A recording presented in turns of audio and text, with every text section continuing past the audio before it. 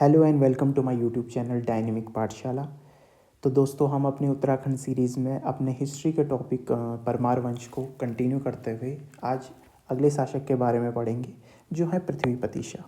इससे पहले हम अपना प्रीवियस लेक्चर का थोड़ा रिमाइंड कर लेते हैं कि जो महिपत शाह जी थे वो त्रिमल चंद से युद्ध करते हुए हार चुके थे। अब ये त्रिमल चंद कौन है? ये त्रिमल चंद वही हैं जिनको श्याम शाह जी ने 1625 ईस्वी में चंद वंश की गद्दी पर स्थापित किया था। और इनके द्वारा ही त्रिमल चंद जब गद्दी पर स्थापित रहे तो उसी दौरान जो है महिपत शाह भी राजा बने। तो इनके द्वारा ही इनको युद्ध में पराजित किया गया। अब जब ये युद्ध में पराजित हो गए तो जो परमार वंश फिलहाल इस वक्त बिना राजा के था, मतलब यहाँ कोई राजा था नहीं, गद्दी खाली थी। अब क्योंकि महिपत शाह जी के द्वारा ईस्ट वेस्ट नॉर्थ साउथ चारों तरफ जो विजय अभियान चलाए गए थे, तो इन्होंने, क्योंकि माधो सिंह भंडारी जी ने दापा पर भी आक्रमण किया था, उसको भी विजित कर लिया था। इसके बाद आपका सिरमौर की तरफ लोदिरी खोला जी हैं, उनके द्वारा विजित किया गया। आप साउथ की तरफ जाएंगे तो बनवारी दास जी के द्वारा इनको विजित कर लिया गया। तो टोटल मिला के ये कुछ एरिया इतना फैल चुका था।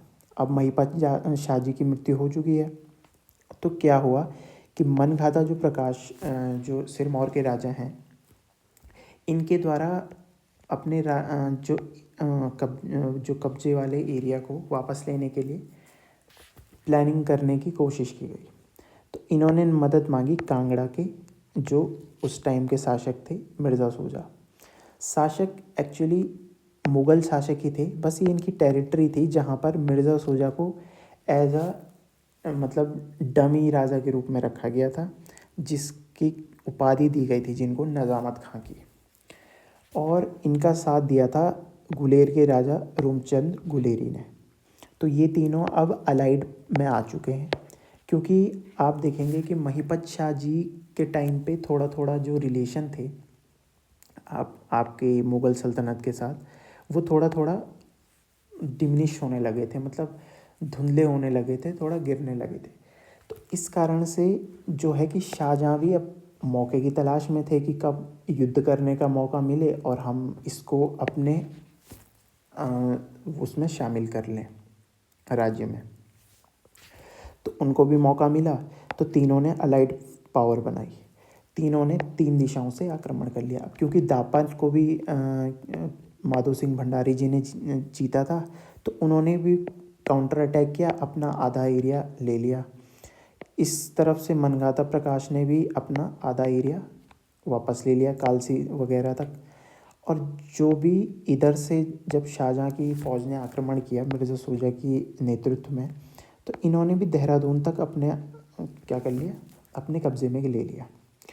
अब कर्णावती जी को जब ये पता चला, क्योंकि कर्णावती जी जो हैं पृथ्वीपति शाह की संरक्षिका के रूप में नियुक्त की गई थी, क्योंकि उनकी माता थी, तो संरक्षिका के रूप में इन्हीं को नियुक्त किया गया। पर ये जो रानी थी, ये काफ़ी बोल्ड डिसीज़न लेने वाली थी, काफ़ी रणनीतिक और कौशल इनके अंदर काफ़ी अच्छा था। तो इनके द्वारा जो है परिस्थिति को उसका जायज़ा लिया गया और एक सूझबूझ के साथ इसके साथ जो किया गया, डील किया गया। इनके द्वारा जो है पीस टॉक की बात की गई मिर्ज़ा सूजा के साथ, कि अगर आप वो उनका कहना था कि अगर आप चाहते हैं तो हम आप सेटलमेंट के तौर पे सेटलमेंट इस वॉर को रोक सकते हैं। थोड़ा बहुत टाइम जो इसमें सेटलमेंट वगैरह में गया, तो इस टाइम पे इन्होंने अपनी जो बैकअप स्ट्रेटजी है उसको ऑन रखा, जिस कारण से कि जो टाइम था वो धीरे धीरे बीत गया और जो है मॉनसून वाला सीज़न आ चुका था। अब मॉनसून के टाइम पे इनके लिए एक नेगेटिव पॉइंट ये था कि जो इनके आर्म्स एंड एम्यूनेशन थे इनकी आर्मी के, वो मॉनसून में उतनी इफ़ेक्टिवली काम नहीं कर पाए जितनी इफ़ेक्टिवली वो बाकी सीज़न में करते थे। जिस कारण जो कर्णावती की सेना थी, उन्होंने इनको चारों ओर से घेर लिया। अब घेर लिया तो इनको वापस अपनी जो जो भी इनका जहाँ से ये युद्ध करने के लिए आगे बढ़ रहे थे, इनको रुकना पड़ा और धीरे धीरे इनको वापस हटना पड़ा। अब वापस हटने से पहले कहा जाता है कि कर्णावती जी ने इनके जो भी बचे कुचे सैनिक थे उनके नाक कान काट लिए। अब नाक कान काट लिए, अब लिटरल सेंस में हो या फिर उसको एक मुहावरे के तौर पे लिया गया हो, उसका कोई ज़िक्र एग्जैक्टली मिलता नहीं है। उसमें सिर्फ ये है कि शाहजहाँ के दरबार में जो भी हमें टेक्स्ट मिलते हैं उसमें यही कहा गया कि जो किसी पहाड़ी राज्य द्वारा जो मिर्ज़ा सूजा हैं उनके नाक कान काट के उनको वापस भेज दिया गया। अब क्योंकि मिर्ज़ा सूजा जब वापस आते हैं तो इनको इनकी गद्दी से हटा दिया जाता है। तो पहला मुग़ल अटैक जो पास होते हुए भी फेल हो गया, क्योंकि कर्णावती जी ने काफ़ी अच्छे डिसीज़न मेकिंग से अपने जो राज्य है, जो बचा कुचा राज्य था, उसको बचा लिया। क्योंकि उनको लॉसेस भी काफ़ी हुए। सिरमौर वाला जो इलाका था वो उनके राज्य से बाहर चला गया। जो दापा था उसने भी काउंटर अटैक करके अपना जो एरिया था उसको वापस अपने अंदर ले लिया, और जो देहरादून तक वाला एरिया था उसको भी धीरे धीरे इन्होंने अपने कब्ज़े में ले लिया कर्णावती जी ने।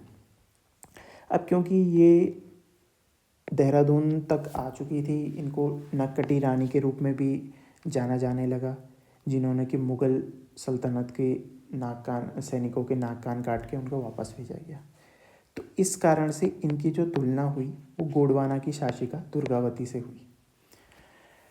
अब जब कर्णावती देहरादून आई, जब ये पीस टॉक वगैरह और जो भी ये इंसिडेंट हुआ, इसके बाद इन्होंने देहरादून में ही करणपुर शहर की स्थापना करी। इन्होंने यहाँ राजपुर कनाल की भी स्थापना या निर्माण करवाया, और नवादा को जो है देहरादून की नई कैपिटल के रूप में स्थापित किया। अब आता है जब इतना काम इनके नेतृत्व में हुआ। अब 1640s के टाइम पे जो है पृथ्वीपति शाह, इनका राज्याभिषेक हो चुका था।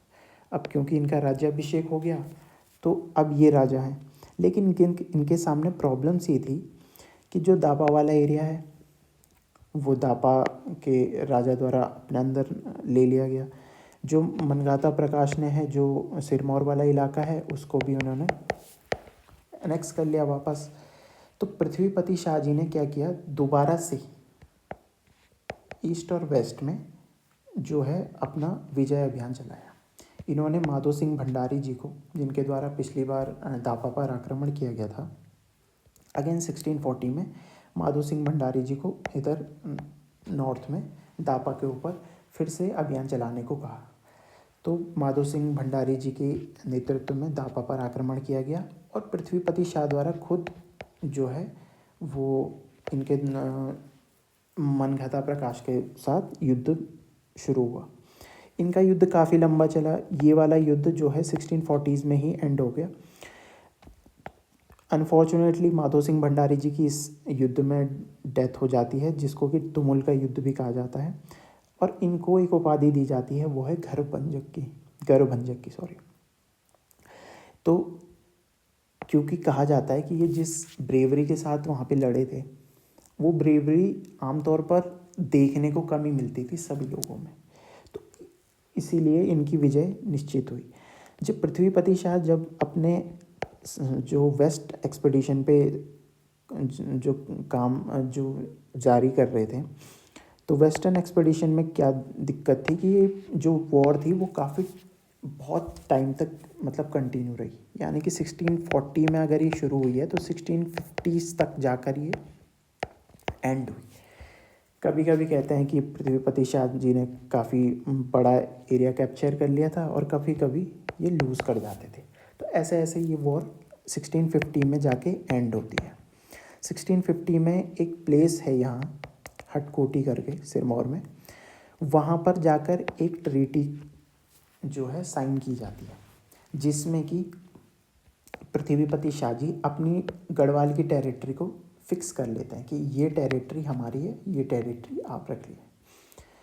इसके बाद जो है कि ये सेकंड जब मुग़ल आक्रमण की कोशिश की जाती है शाहजहाँ के द्वारा, जब वो देखते हैं कि हमारे सैनिकों की इतनी बुरी तरीके से बेइज्जती हो चुकी है, तो वो क्या करते हैं कि 1653 में एक और अटैक प्लान करने की कोशिश करते हैं, जो कि जम्मू एंड कश्मीर का जो उनका नवाब था वो एरिस खां एक व्यक्ति था, उसके नेतृत्व में सेकंड मुग़ल अटैक करने की एक प्लान की जाती है, वो भी मनगाता प्रकाश के साथ, क्योंकि मनगाता प्रकाश को इस एरिया का, इस रीजन का काफ़ी अच्छा नॉलेज था। लेकिन प्रॉब्लम ये होती है इस टाइम पे कि 1653 में मनगाता प्रकाश की डेथ हो जाती है। अब डेथ होने के कारण ये जो प्लान है, जो एनेक्सेशन ऑफ गढ़वाल है, शाहजहाँ को ये ड्रॉप करना पड़ता है। लेकिन अगेन 1654 में शाहजहाँ क्या करते हैं, अपना दूसरा मुग़ल अटैक प्लान करते हैं, वो भी किसी की अलाइड पावर की मदद के बिना। अब ये स्वयं के बल पे यहाँ पर अटैक करने की कोशिश करते हैं। इस बार इनकी नेतृत्व करता है खलीतुल्ला खां। खलीतुल्ला खां ऑब्वियसली इन क्षेत्रों में, जो ये शिवालिक वाला रीजन है और पहाड़ी रीजन में, इसको युद्ध करने का काफ़ी अच्छा खासा एक्सपीरियंस था, जिस कारण ये इसको चुनते हैं। और इसके साथ बहरम खां, वो इन दोनों के साथ, इनके नेतृत्व में ये पुनः आक्रमण करते हैं। कहाँ? गढ़वाल रीजन पे। गढ़वाल रीजन पे ये देहरादून तक फिर कब्जा कर लेते हैं। अब देहरादून पर कब्जा करने के बाद ये अगेन जब देहरादून से ये ऊपर की ओर युद्ध करने की सोचते हैं, तो फिर वही मानसून का पीरियड आ चुका होता है। अब क्योंकि ये जानते हैं कि मानसून में हमारे आर्म्स एंड एम्यूनिशन उतना अच्छा काम नहीं कर पाते हैं, इसीलिए ये अपना जो है बैक ऑफ कर जाता है अपने प्लान से। जो एनेक्सेशन था गढ़वाल का, उससे अपने प्लान को ड्रॉप कर देते हैं। तो अब ये वापस आ चुके हैं। तो पर देहरादून वाला जो एरिया है इनके द्वारा विजित कर लिया गया। तो इनके द्वारा राजा चतुर्भुज सिंह नाम के एक राजा थे, इनको देहरादून का राजा बना दिया जाता है। परंतु 1656 में गुरिल्ला वॉरफेयर की टेक्निक के द्वारा जो है पृथ्वीपति शाह द्वारा देहरादून को वापस से एनेक्स कर लिया जाता है, अपनी टेरिटरी में मिला लिया जाता है। अब इससे जो है शाहजहाँ जो काफ़ी नाराज़ रहते हैं कि इस कारण ये थर्ड मुग़ल अटैक प्लान करते हैं। थर्ड मुग़ल अटैक का जो नेतृत्व करता था वो थे कासिम खां ऑब्वियसली एक अच्छे आर्म्स एंड एम्यूनेशन के जानकार थे, इसीलिए इनको नेतृत्व दिया गया। ये अगेन देहरादून को जीत लेते हैं।